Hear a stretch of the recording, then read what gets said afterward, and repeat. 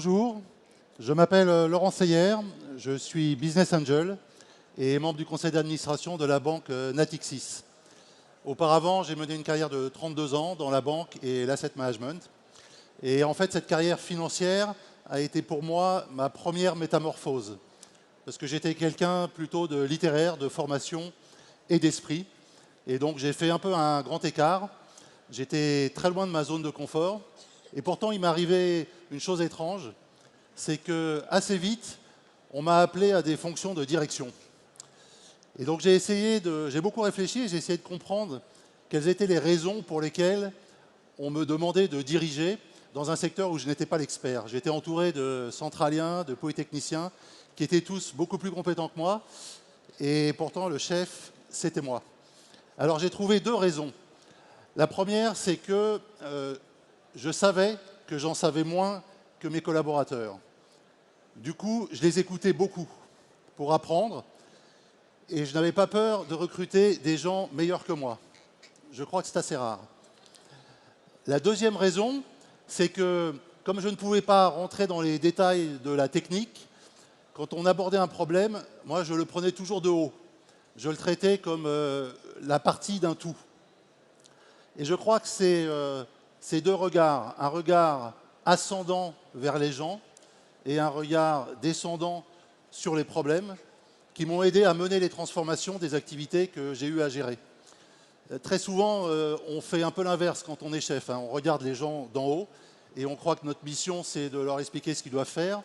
Et quand on traite les problèmes, on micro-manage ou on les gère en micro-technicien et on oublie de lever la tête pour regarder l'environnement et les externalités. Alors, cette manière d'être, je ne l'ai pas apprise dans les manuels de gestion.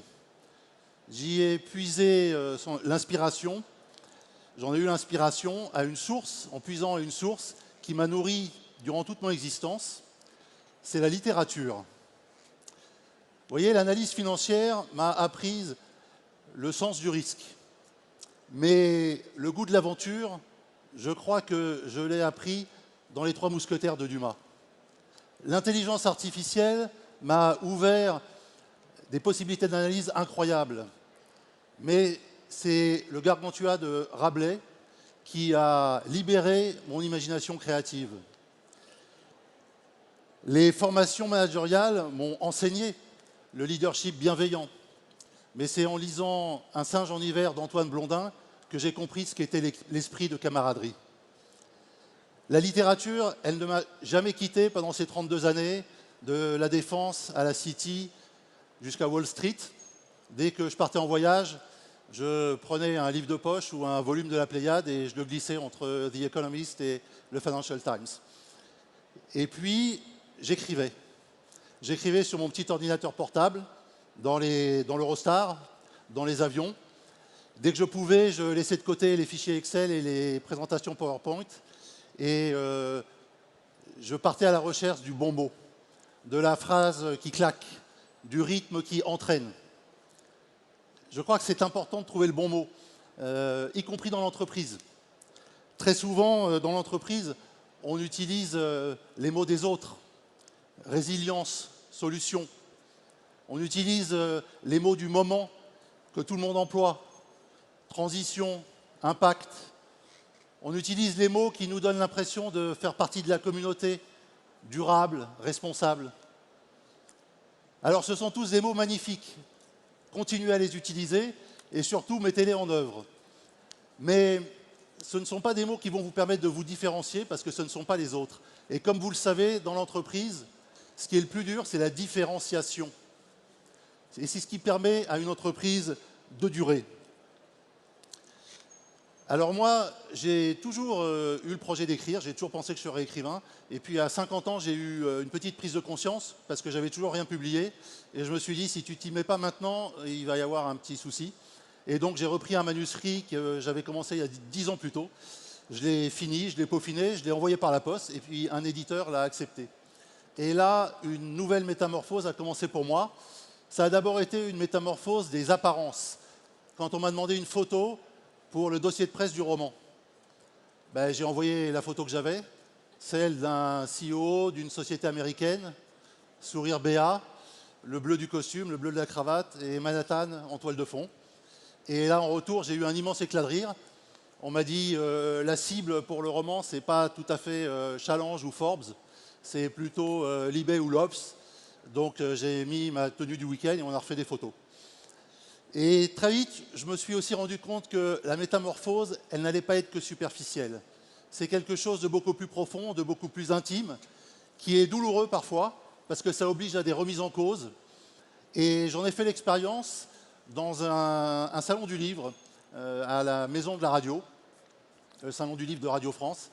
Il y avait Amélie Nothomb qui était là, et il y avait une queue d'à peu près 40 mètres devant son stand, de gens qui attendaient. Et en attendant, les gens patientaient devant mon stand à moi, et je peux vous dire qu'ils ne jetaient pas un regard sur mon livre. Et donc j'étais toujours le dirigeant très important d'une société américaine qui valait plusieurs dizaines de milliards en bourse. Mais à ce moment-là, j'ai compris que j'étais quand même personne dans ce nouvel environnement. Et donc j'ai dû faire vraiment un acte de volonté pour renouveler mon désir de métamorphose. Parce qu'en fait, je pense qu'il y a deux types de métamorphoses. Il y a les métamorphoses qu'on ne choisit pas, qui nous sont imposées. Par exemple, le vieillissement du corps avec l'âge, ou dans le monde de l'entreprise, l'arrivée d'une nouvelle réglementation. On s'adapte, on n'a pas le choix, mais en fait, tout le monde fait la même chose. Et donc, ça ne vous permet pas de vous différencier. Et puis, il y a les métamorphoses que vous choisissez.